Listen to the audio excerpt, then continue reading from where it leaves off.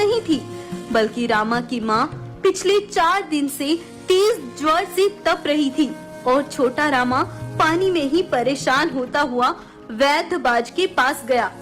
मेरी माँ बहुत बीमार है, मुझ पर दया करो, मेरी माँ को चलकर देख लो। चिंता मत करो बेटा, तुम जाओ, मैं आकर देखती हूँ। बाज उड़कर रामा की माँ के पास आ गया। उसने रामा की माँ की जांच की। तुम्हारी माँ ने पिछले 4 दिन से कुछ नहीं खाया, कमजोरी के कारण इसकी हालत खराब है। तुम्हें जल्द से जल्द कहीं से भी इन्हें भोजन लाकर कराना होगा।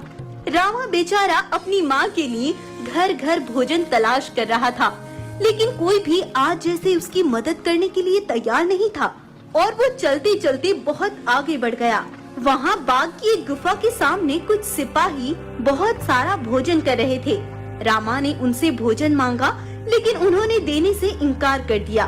तब रामा ने मांस के टुकड़े और भोजन को उठाया और वहाँ से तेजी से भाग गया। सिपाही रामा के पीछे पड़ गए, लेकिन वो तेजी से वहाँ से भागकर निकल गया। रामा ने आकर भोजन अपनी बीमार माँ को दिया।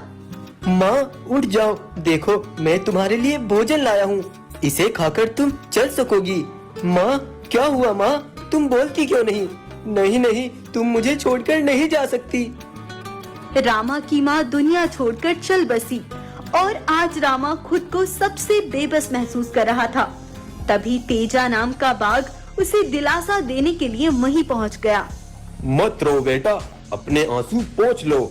मांगने वाले को ठोकर मारती है ये दुनिया और छीनने वाले के सामने सब दुम हिलाते हैं। खड़े हो जाओ, आगे बढ़ो।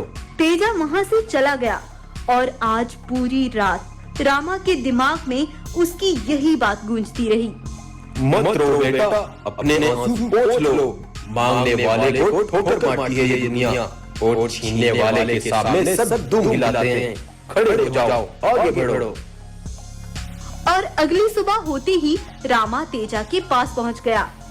मुझे पता था तुम आओगे, तुम्हें आना ही था। मुझे मेरा काम बताओ, मुझे क्या करना होगा? कोई यहाँ लूट कर माल लाता है तो कोई किसी को मार कर और अपना हिस्सा लेता है, लेकिन तुम्हें सबसे बढ़कर काम करना होगा। तब से रामा तेजा के सिपाहियों के साथ मिलकर मुसाफिरों को लूटता तो कभी किसी का खून बहाकर माल लाता और सारा धन सोना लूटकर वो काली घाटी के पत्थरों के बीच एक गुफा में लाकर जमा कर देते थे। ऐसे ही समय के साथ साथ रामा तेजा के सिपाहियों का ऑनर बन गया और वो हर रोज सोना लूटकर तेजा के सामने रख देता था। मुझे पता था तुम सबसे ज्यादा काबिल बनोगे और तुमने कर दिखाया, लेकिन एक काम है जो सिर्फ तुम ही कर सकते हो। जो भी काम है बताओ, मैं तैयार हूँ। आज रात रघुशेर अपने जंगल का सारा धन लेकर नील नदी के पास से वृंदावन जंगल के लिए निकलेगा। उसके सिपाही बहुत ज्यादा है। अगर तुमने उसे लूट लिया तो आसपास के सारे जंगल हमारे कब्जे में होंगे। महाराज, आपके सारे एहसानों को पूरा करने का समय आ गया है। सुबह तक हमारी काली घाटी की गुफा सोने से भरी होगी, तुम चिंता मत करो। रात बीत गई और सुबह के पहले पहर में ही तेजा काली घाटी की गुफा में पहुंचा। जब उसने गुफा को खोला तो हक्का बक्का रह गया। नहीं नहीं नहीं, वो ऐसा नहीं कर सकता। सालों से इकट्ठे किए धन को वो एक रात में खत्म नहीं कर सकता। मैं उसे छोड़ूंगा नहीं। दरअसल जब तेजा रामा के पास रघु को लूटने की योजना बनाने के लिए आया था, उससे पहले ही रामा के जंगल की एक गाय उसके पास आई और बोली, रामा बेटा, उधर पत्थरों के पीछे आओ, मैं तुम्हें सच्चाई बताना चाहती हूँ।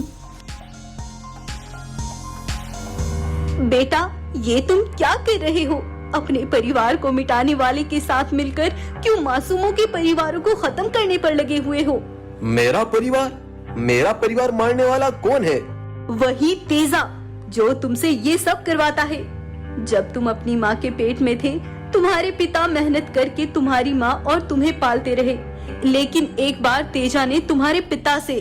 कहाँ लकड़ियाँ ढोकर अपनी पीठ को कमजोर कर रहे हो राम? आओ मेरे साथ मिल जाओ और ऐश की जिंदगी जियो। तेरी तरह जुल्मों को बढ़ावा देकर ऐश की जिंदगी गुजारने से अच्छा है मैं मर जाऊं।